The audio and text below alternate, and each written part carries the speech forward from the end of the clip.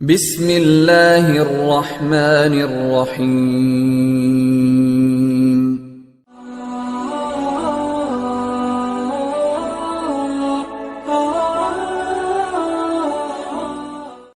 ہم نے کتنی بار آنکھوں سے دیکھا جوان العمر بیٹا چارپائی کے اوپر لیٹا ہوا ہوتا ہے، ماں آگے بڑھتی ہے، بیٹے تجھے کیا ہوا مجھے بتاؤ تو صحیح۔ بیٹا خاموش ہوتا ہے، ماں رو کر کہتی ہے بیٹے تم تو میری ہر بات پہ لبیک کہا کرتے تھے، تم میرے اتنے فرما بردار بیٹے تھے، کیا ہوا؟ بیٹا اپنی اماں سے نہیں روٹھا کرتے، نہیں خفا ہوتے، بتاؤ تمہیں کیا ہوا؟ بچہ خاموش ہوتا ہے، بالآخر بیوی آگے بڑھتی ہے، میرے سرتاج، میرے ہمراز، مجھے تو بتائیے کیا ہوا؟ اگر آپ میری کسی بات پہ خفا ہیں میں آپ سے سوری کر لیتی ہوں، معافی مانگ لیتی ہوں، مجھے بتائیں کیا ہوا؟ نوجوان خاموش ہوتا ہے، بہن آگے بڑھتی ہے، میرے ویر مجھے بتائیں تو صحیح کیا ہوا؟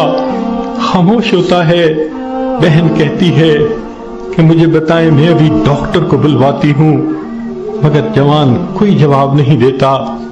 بیٹی آگے بڑھتی ہے، ابو مجھے بتائیں تو صحیح کیا ہوا؟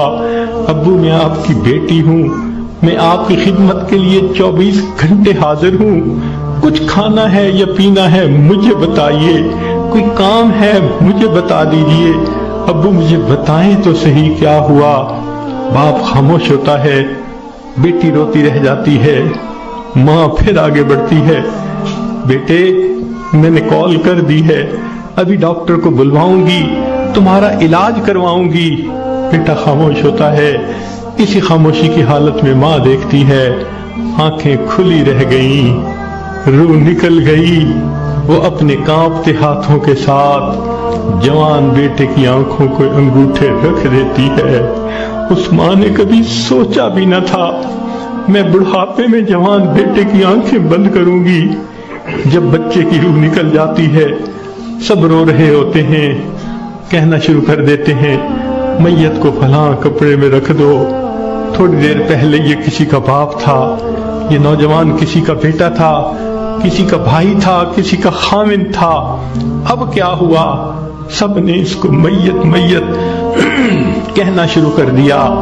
تو جواب ملے گا اصلی انسان تو چلا گیا، یہ اس کا جسم باقی ہے، اس کو بھی ہم اس کے اصلی گھر پہنچائیں گے۔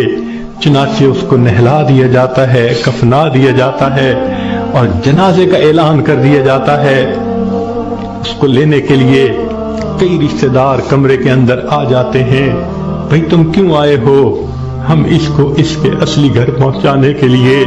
بھئی یہ گھر بھی تو اسی کا تھا، اسی نے پلاٹ خریدا، اسی نے نقشے بنوائے، اسی نے کمرہ بنوایا، اسی نے یہ مکان بنوایا، ماربل لگوایا، کہاں کہاں سے فرنیچر ڈھونڈا، کہاں کہاں سے بجلی کی فٹنگ خرید کے لایا، ابھی تو دیواریں بھی میلی نہیں ہوئی، تم اس کو لینے آ گئے ہو۔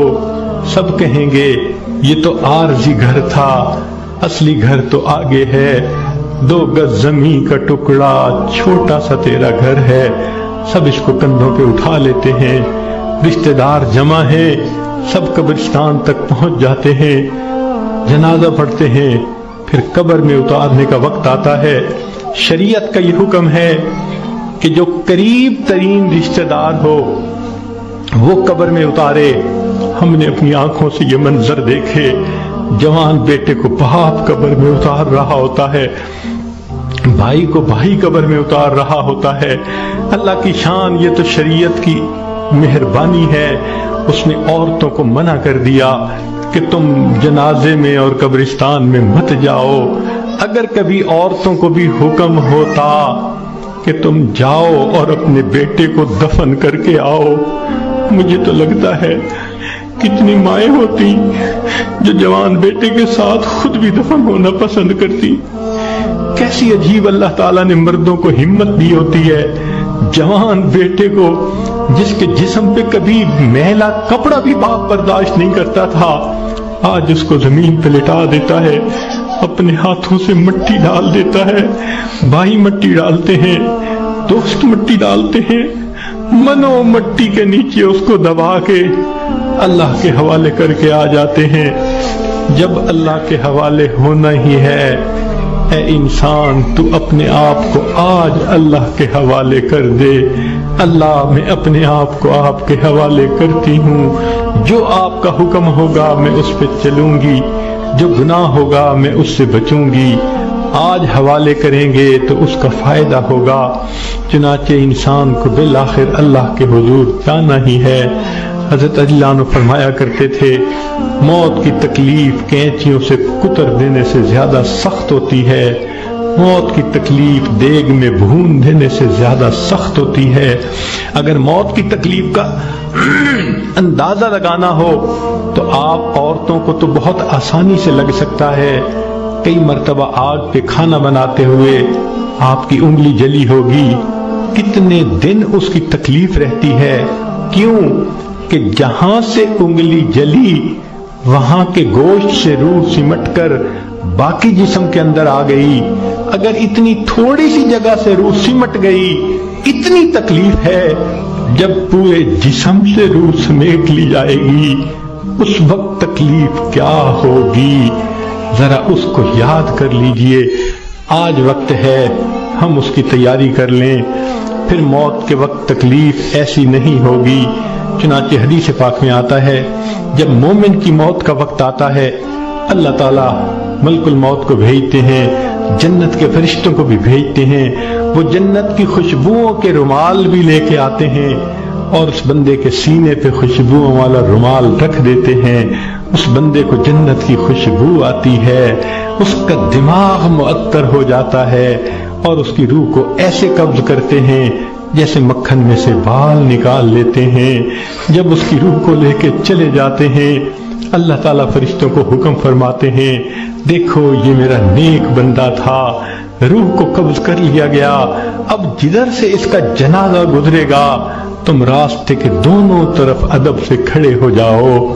سبحان اللہ، مومن کی کیا شان ہے، جہاں جہاں سے جنازہ گزرتا ہے فرشتے راستے کے دونوں طرف ادب سے کھڑے ہوتے ہیں۔ حدیث پاک میں آتا ہے، جس جگہ یہ بیٹھ کر نماز پڑھتا تھا زمین کا وہ ٹکڑا رو رہا ہوتا ہے، جہاں قرآن پڑھا کرتا تھا زمین کا وہ حصہ رو رہا ہوتا ہے، آسمان کے وہ دروازے روتے ہیں جہاں سے اس کے لیے رزق اتارا جاتا تھا۔ سبحان اللہ، یہ اللہ کے عاشق کی موت ہے۔ اس لیے کہا گیا کہ عاشق کا جنازہ ہے، ذرا دھوم سے نکلے، محبوب کی گلیوں سے ذرا گھوم کے نکلے۔ یہ عاشق کا جنازہ جا رہا ہے۔ پھر اس کو جب دفن کیا جاتا ہے حدیث پاک میں آتا ہے اللہ تعالیٰ فرشتوں کو فرماتے ہیں، یہ میرا بندہ دنیا سے تھکا ماندہ آیا ہے، جاؤ اور اس کو جا کر کہہ دو نم کنومت العروس، دلہن کی نیند سو جا۔ فرشتہ آ کے خوشخبری دے دیتا ہے تم دلہن کی نیند سو جاؤ۔ یہاں محدثین نے نکتہ لکھا، یہ کیوں نہ کہا میٹھی نیند سو جاؤ، آرام کی نیند سو جاؤ، گہری نیند سو جاؤ، یہ کیوں کہا کہ دلہن کی نیند سو جاؤ؟ تو اس کا جواب انہوں نے یہ دیا کہ دلہن جب پہلی رات اپنے کمرے میں جا کر سوتی ہے اس کو وہی جگاتا ہے جو اس کا خاوند اس کا محبوب ہوتا ہے۔ یہ مومن آج قبر میں دلہن کی نیند سو رہا ہے، کل قیامت کا دن جب ہوگا اس کو وہی جگائے گا جو اس کا محبوب حقیقی ہوگا۔ چنانچہ مومن قبر سے اٹھے گا، آواز آئے گی یا ایتھا النفس المطمئنہ ارجعی الی ربک راضیۃ مرضیہ فادخلی فی عبادی وادخلی جنتی۔ مومن کی آنکھ کھلے گی، اللہ تعالیٰ مسکرا کر اس کا استقبال کریں گے۔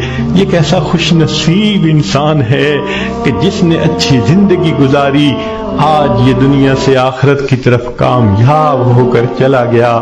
اللہ تعالیٰ ہمیں بھی ایسی کامیابی والی زندگی گزارنے کی توفیق عطا فرمائے۔